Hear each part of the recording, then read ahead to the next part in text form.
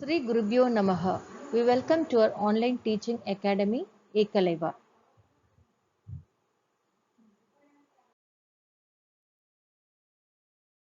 This video is on the first part of the 100 Dresses Part 2 from CBSE 10th English.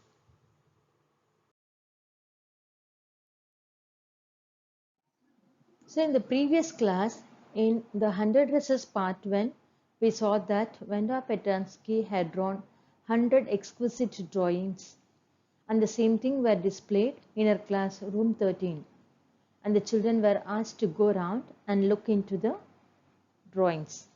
Now let's see what happened next. While the class was circling the room, the monitor from the principal's office brought Miss Mason a note. When the children were going round and looking into the drawings, the monitor from the principal's office brought a note to Miss Mason. Miss Mason read it several times and studied it thoughtfully for a while. Miss Mason read that note many times very carefully, and then she was quite thoughtful for a while. Then she clapped her hands. Attention class. Everyone back to their seat. So she clapped her hands. Why she clapped her hands? Because she wanted to get everybody's attention. Also she asked them to pay attention. Also she told them to come back to their seat. When the shuffling of feet had stopped and the room was still and quiet, Miss Mason said, "I have a letter from Vanda's father that I want to read to you." Shuffling of feet means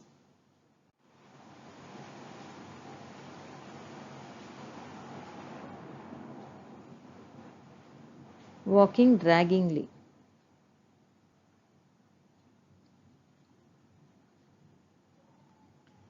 When the children stopped walking, there was no noise and the class was still and quiet. Actually, there was a letter from Vanda's father. Miss Mason wanted to read that letter to all the children.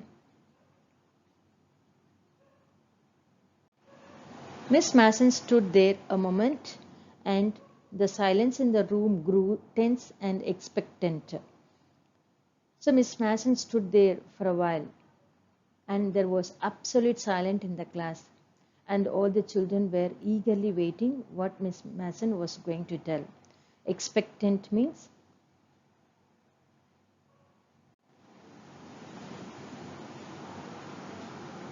looking forward.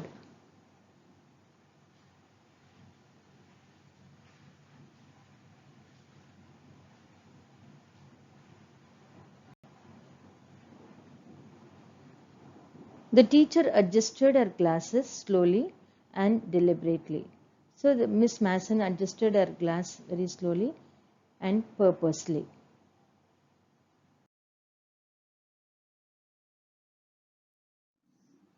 Her manner indicated that what was coming, this letter from Vanda's father, was a matter of great importance. Now Miss Mason became a little serious, and she also told that the letter from Vanda's father was something serious. Everybody listened closely as Miss Mason read the brief note. Everybody listened to Miss Mason very closely as she read the note. "Dear teacher, my Vanda will not come to your school anymore. Jack also. Now we move away to big city. No more holler poller. No more ask why funny name. Plenty of funny names in the big city." So now in the letter what Vanda's father says is Vanda will not come to their school anymore, and Jake is Vanda's little brother. Also he says that they are going to big city and no more holler Pollock. And Pollock means, actually it is a meaningless word.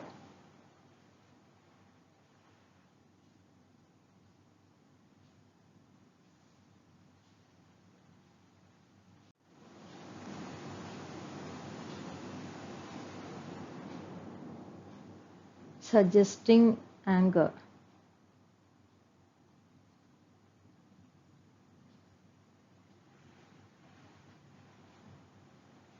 So he is angry. So he says all this angrily.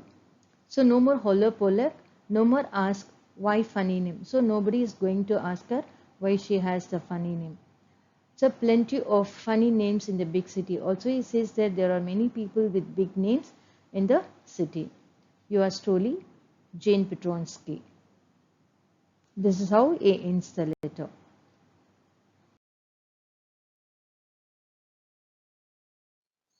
A deep silence met the reading of this letter. Miss Mason took off her glasses, blew on them, and wiped them on a soft white handkerchief. So after Miss Mason read out the letter, there was absolute silence. All the children in the class felt sorry for Wanda, and she took off her glasses and she wiped them with her white handkerchief. Then she put them on again and looked at the class. When she spoke, her voice was very low. Again, she put her glasses and she spoke. When she spoke, her voice was very low because she too felt sorry for Wanda. I'm sure that none of the boys and girls in room 13 would purposely and deliberately hurt anyone's feelings because his or her name happened to be a long, unfamiliar one. And now the teacher wanted to make them understand what they did was wrong. At the same time, she wanted to support, she wanted to advise them kindly. So she told that whatever they said that was not told purposely and deliberately because of somebody's name. Here, anybody's name, anybody's feelings is that Vanda's feeling because her name was only long and unfamiliar one. I prefer to think that what was said in thoughtlessness. Also, she told that whatever was said, that was said without thinking.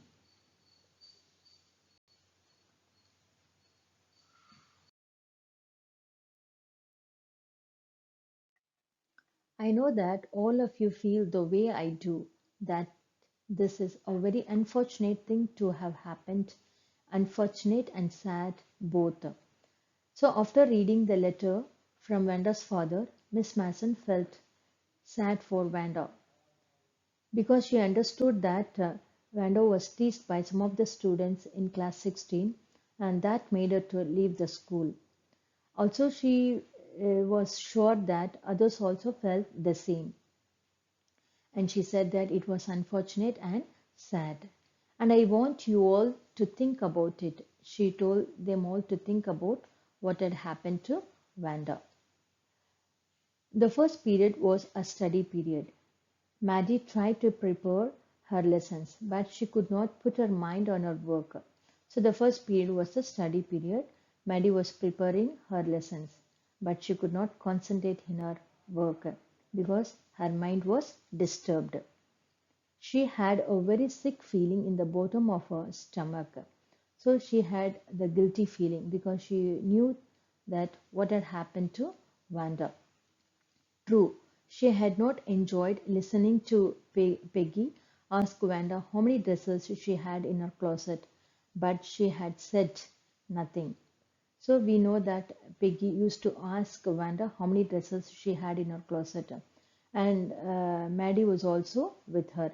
But though she didn't like Wanda to be teased, asking questions how many dresses she had, she could not say anything. She had stood by silently, and that was just as bad as what Peggy had done.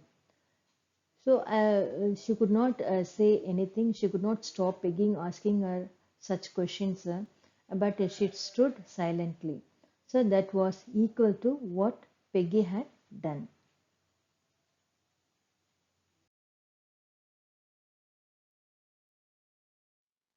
Worse, she was a coward. At least Peggy hadn't considered they were being mean, but she, Maddie, had thought they were doing wrong. So Maddie was calling herself a coward. Also, she was blaming herself more than anybody else because she thought that Peggy did not know what she was doing and she did not realize that she was hurting Vanda by teasing her. But Maddie knew what they were doing was wrong, and she could put herself in Vanda's shoes. She could put herself in Vanda's position, and because she was also a poor girl, and she could understand how she would have felt. Goodness, wasn't there anything she could do? And if she could tell Vanda she hadn't meant to hurt her feelings, and she wanted to do something, and she wanted to meet Vanda and tell sorry to her. She turned round and stole a glance at Peggy, but Peggy did not look up. She seemed to be studying hard. So she looked at Peggy. She didn't seem to be worried about anything. And also, she was busy doing her work, and that is, she was studying hard. Well, whether Peggy felt badly or not, she, Maddie, had to do something. She had to find Wanda Petronsky, and also she decided whether Peggy felt bad or not, and she wanted to do something. What is that she wanted to do? She wanted to find Wanda Petronsky and say sorry to her.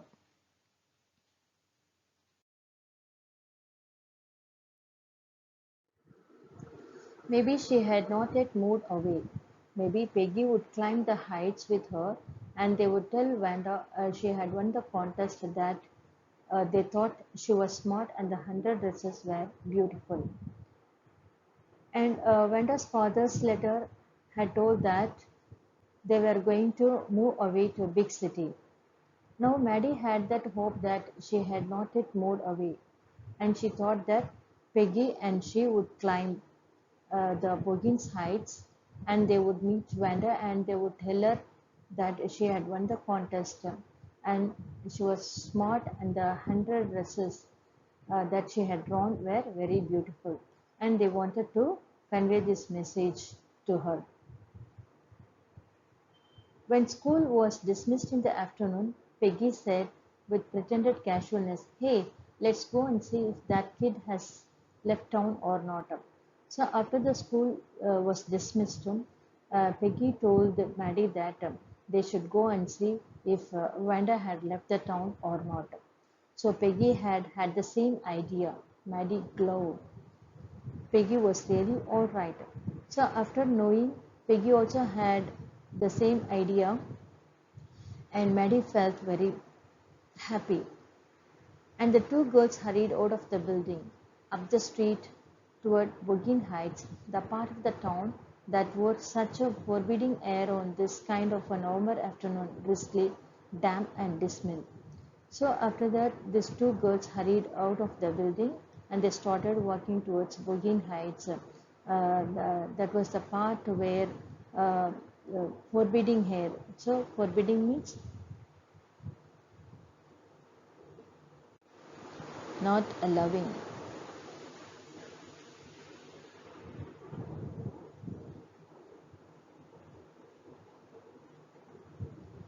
So there was no air, and as it was as a November month, it was drizzling and it was damp. Damp means wet, and dismal means sad. And here expressing the state of hopelessness. So dismal means state of hopelessness.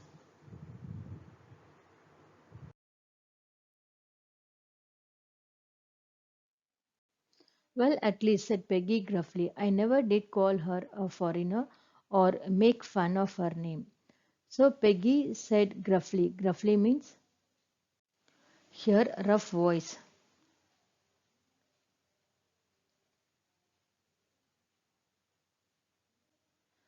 So Peggy told in a rough voice that she never called her a foreigner, or also she never made fun of her because of her name. I never thought she had the sense to know we were making fun of her anyway. She also never thought that she was sensible enough to realize that she was being made fun of her. I thought she was too dumb. She thought that she was too dumb and she spoke very less. And Guy, look how she can draw. And also, Peggy was surprised at her talent of drawing. Maddie could say nothing. All she hoped was that they would find Wanda. So Maddie could not say anything, and only in her mind, only one thought, that was to find out Wanda. She wanted to tell her that they were sorry they had picked on her and how wonderful the whole school thought she was, and please not to move away and everybody would be nice. Also, she wanted to say sorry to her, and also she wanted to tell that the whole school thought good about her and everybody liked her drawing. Also, she wanted to give the assurance that everybody in the school would behave well. She and Peggy would fight anybody who was not nice. Also, she wanted to give the assurance that Peggy and Maddie would support her, and she would stop anybody if they try to tease her.